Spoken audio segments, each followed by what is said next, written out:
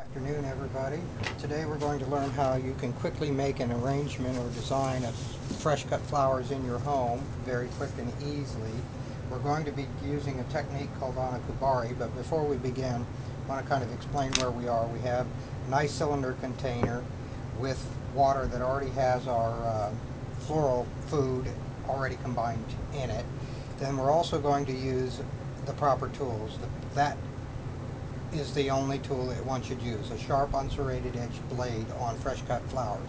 And the reason we use those is because when they make a cut, you end up with a nice clean cut, as opposed to using something like snips or scissors, which, if you'll notice, crush the stems before it ever starts to cut, and then you end up with the vessels in the flower pinched closed and the flower can't properly drink. So don't want to use snips, don't want to use scissors, you want to use a clean unserrated edged blade. And the proper way to use the tool is, if it's a knife, just set it in your hands like so, bring your fingers around it. That will cause the blade to come to an angle. Lift your thumb up and then to create an angle, and then what you're going to do is you're going to pull the flower away from the blade. You're not going to ever move the blade. See how I just done that? So what we're going to do, before I get started, I also wanted to show you there is a new tool out on the market today which we have available here, and this makes cutting flowers very easy for those of you who are afraid of using a knife. All you do is push the stem in there and pull the flower out of the tool. But to get started, we're going to use a technique called kubari, and kubari is simply means using natural materials as the mechanics of your design. Properly, it's anakubari.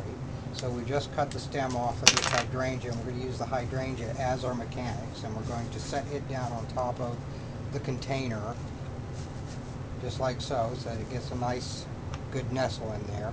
And then we're going to start pulling our other flowers in. Now we're using some Alstroemeria or Peruvian lilies here, and rather than separate each one of them, which we could do and may do, we're going to go ahead and cut that stem, and we're just going to insert them right through the hydrangea.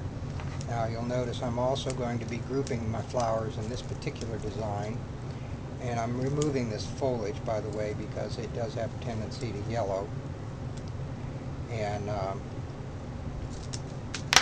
doesn't look so good. So we're going to take our Peruvian lilies and insert them right through the hydrangea. We can spread them out. As I said, I'm going to be removing the foliage off of these because they are managing to create more of a mess than they are visually aesthetic.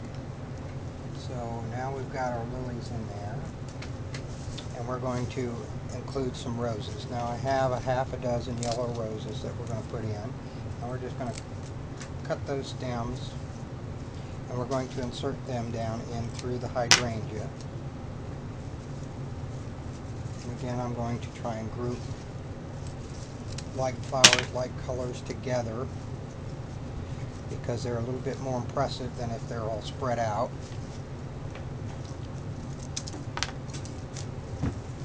And as you can see, it's pretty easy to do.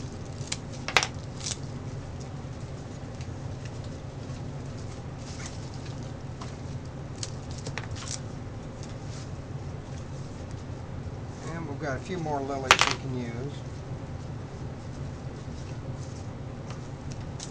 Let's just clean this down up.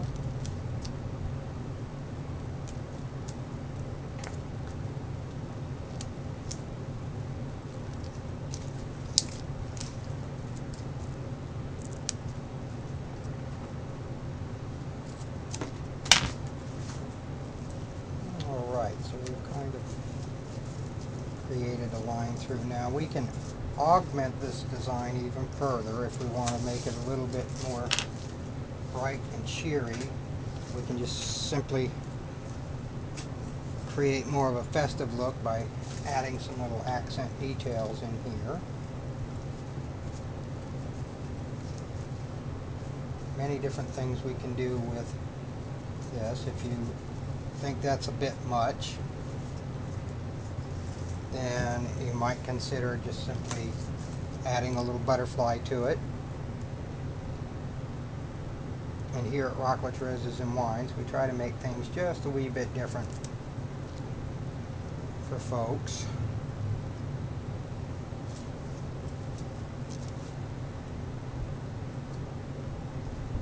Alrighty, so what I'm going to do is insert this butterfly right through this rose stem so I can get some extension on them. Get them right up above here.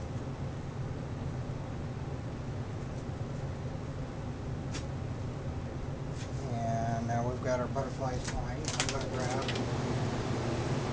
little more flowers here. I think I want to just pull in a little bit more color. So what I'm going to do is just take some Monte Cassino or September flower, and I'm just going to add some of that into the design. But as you can see, this is a very quick and easy composition to make and technique to use.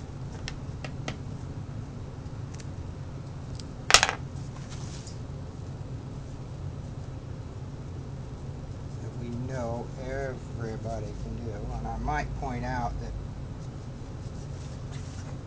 if you are engaged to be married and are contemplating that possibility and would like to save some money on flowers, you can do your own wedding flowers if you have the right kind of knowledge. We do offer courses in do-it-yourself wedding flowers where we'll have it's a 3-day course. You learn how to make your bouquets, your centerpieces, and your personal flowers. There's more information about that online. If you have any questions, feel free to give us a call at 800-946-3390 or 633-5499, and we'd be able to answer your questions. But here we have a beautiful little vase arrangement in a cylinder vase, and if we wanted to do one more little detail to the piece to bring that color down, we could take just a simple piece of ribbon and tie it right around the vase. And we don't have to make a bow. So many people don't know how to make a bow, or once they've been taught, they just feel like they don't get it. It does take a little bit of practice, but what we can do rather than making a bow is we can just cut the tails off like a little, so it looks like a little bow tie. And I'm going to turn that around so you can see. But what we have here is a completed design. Thank you very much.